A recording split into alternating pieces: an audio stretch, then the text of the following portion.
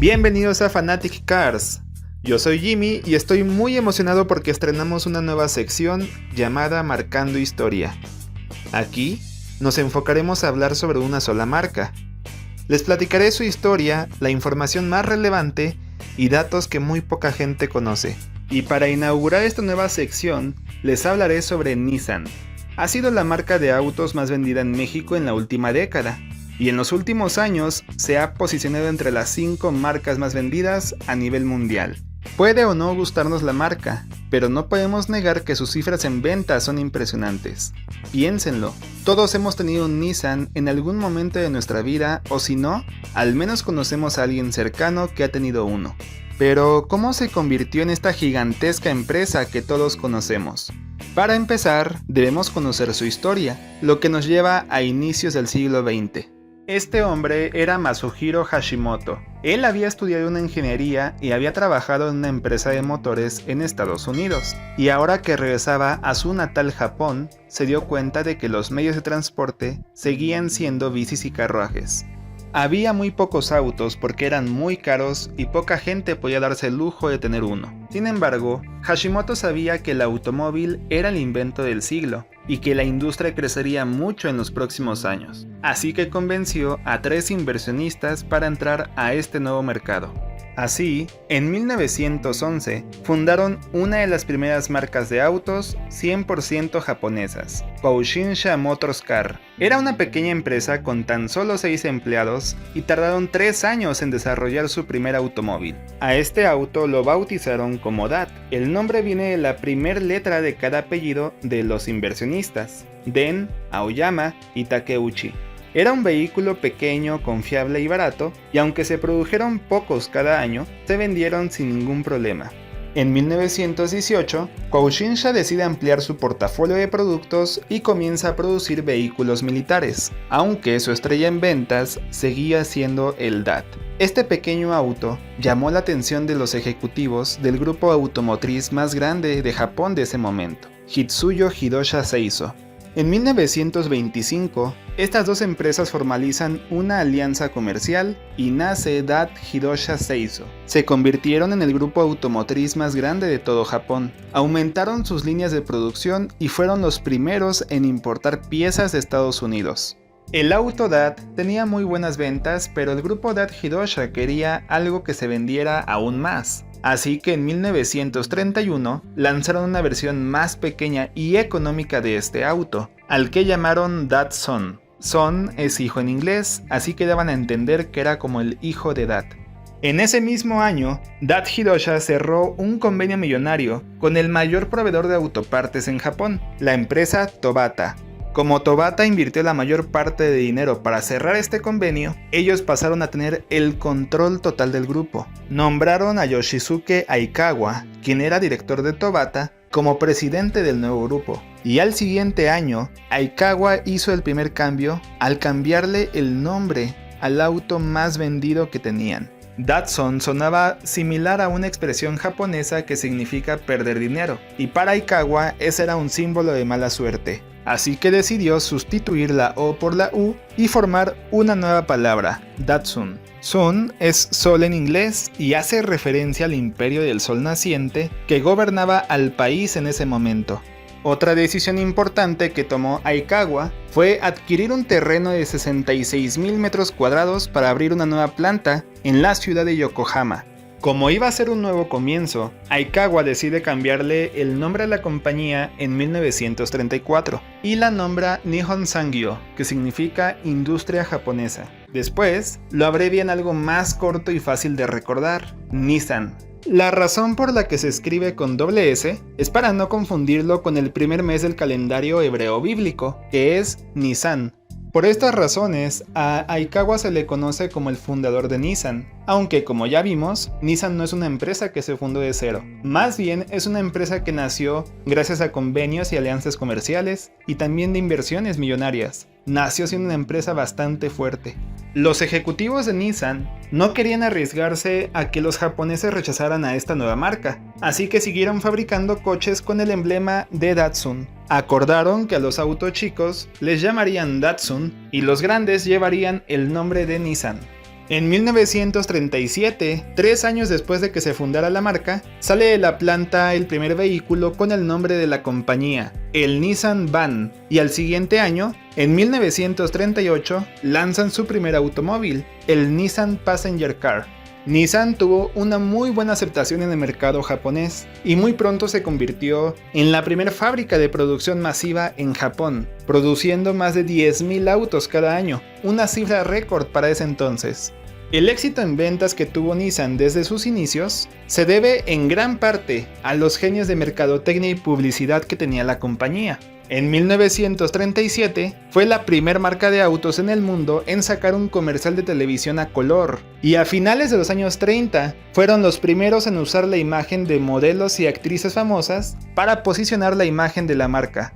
Todo marchaba bien para Nissan y parecía que estaba en su mejor momento. Las ventas aumentaban mes con mes e incluso habían duplicado su producción a 20.000 autos al año. Pero, sin que nadie lo esperara, estalló la Segunda Guerra Mundial y Japón se vio involucrada. Por decreto, Nissan dejó de producir autos de calle y fabricó solo vehículos militares y motores para aviones de guerra. En 1945, los estadounidenses bombardearon la ciudad de Yokohama y destruyeron parte de la planta de la compañía.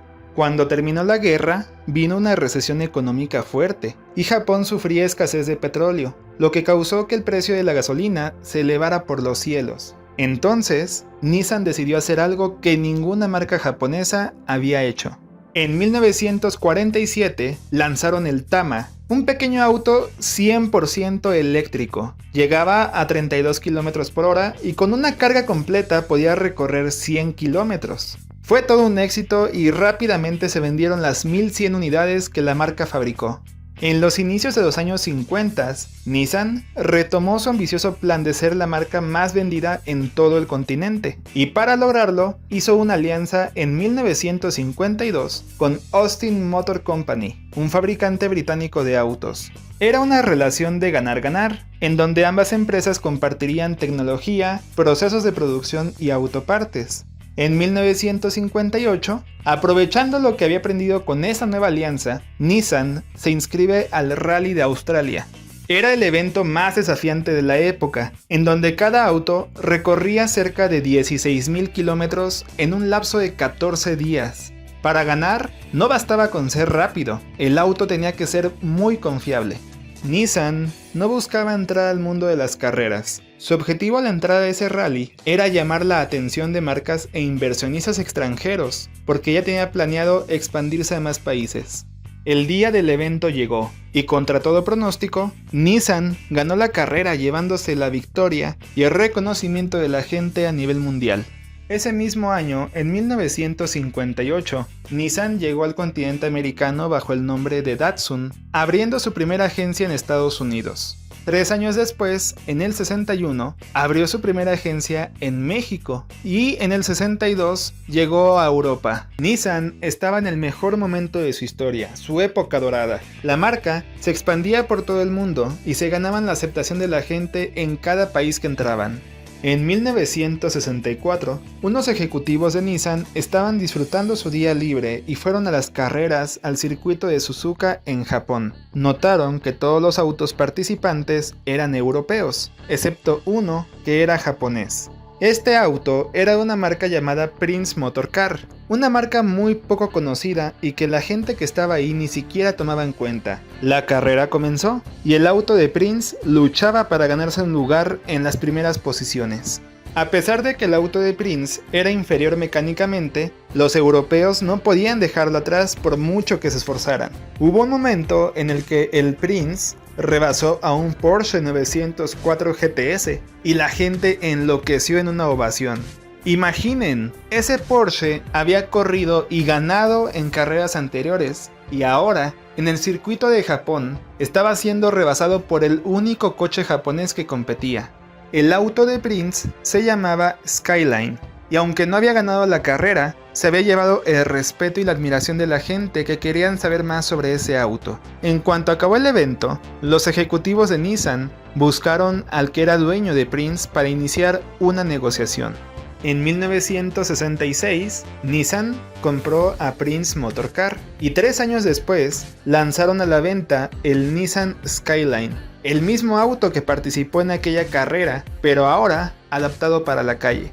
Ese mismo año, en 1969, salió a la venta el 240Z, un auto deportivo con un precio accesible que marcaba el inicio de los modelos Z.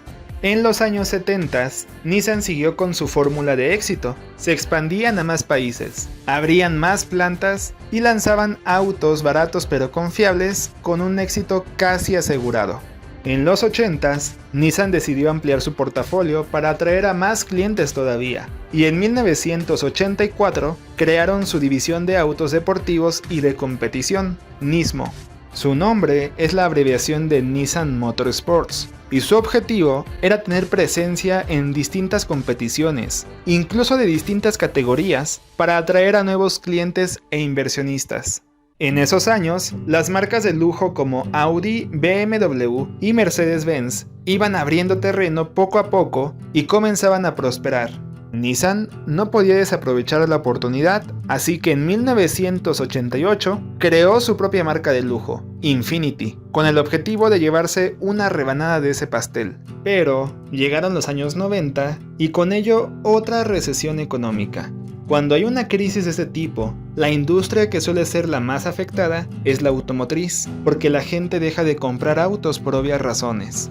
En Nissan veían cómo sus números se ponían en rojo, sus ventas caían en varios países y ellos no podían hacer nada para evitarlo. No querían bajar la producción, pero las cifras de ventas eran alarmantes y esto apenas comenzaba. Lanzaron nuevos autos y camionetas para elevar sus ventas, pero se dieron cuenta que si querían salir de esa crisis, tendrían que hacer algo más, así que comenzaron a buscar un nuevo aliado comercial. Primero fueron a Estados Unidos para negociar con General Motors y Ford, pero estas marcas estaban pasando por la misma crisis económica y ninguna buscaba un aliado comercial, así que no se concretó nada. Nissan ya llevaba 7 años consecutivos de tener pérdidas. Se estaban acercando peligrosamente a la bancarrota, estaban viviendo su peor momento. Justo a tiempo llegó su nuevo aliado, Renault. La alianza Renault-Nissan se concretó en 1999, en donde Renault adquirió el 44% de acciones de Nissan y Nissan compró el 15% de acciones de Renault. Llamó la atención al ser una alianza poco convencional. Ambas empresas compartirían procesos de producción, partes, motores y demás, pero a la vez podían tomar decisiones independientes. Es decir, si Nissan decidía adquirir una nueva marca o crear una nueva división de autos, no tenía que notificarle a Renault. Y lo mismo con Renault, que podría hacer lo que ella quisiera sin tener que avisarle a Nissan. Esta rara relación resultó ser muy fructífera y Nissan comenzó a tener ganancias como nunca antes en su historia. En el 2010, Nissan formaliza otra alianza, ahora con el grupo Daimler, y adaptan la planta de Aguascalientes para producir autos de lujo, tanto Infiniti como Mercedes-Benz. También en el 2010, Nissan lanza el primer automóvil eléctrico de producción masiva, el Leaf. En el 2015 hubo una fuerte controversia cuando se descubrió que Mitsubishi no daba las cifras correctas de emisiones contaminantes de sus autos. Eso provocó la retirada de fuertes inversionistas y sus ventas comenzaron a caer. Sin embargo, Nissan decidió apoyar a Mitsubishi y compró el 34% de sus acciones, creando la nueva alianza Renault-Nissan-Mitsubishi. Con esta alianza, Nissan busca aprovechar la experiencia de Mitsubishi y crear en conjunto autos híbridos y eléctricos. Nissan no fue creada para ser el auto más rápido ni el más bonito. Su objetivo siempre fue vender y producir más. Lo vemos desde su origen y a lo largo de su historia. Y para cumplir esta meta, Nissan ha innovado en tecnología, ingeniería y estrategias de ventas y sin duda ha marcado la historia. Espero que les haya gustado este episodio y ojalá me acompañen en el próximo video. Nos vemos muy pronto.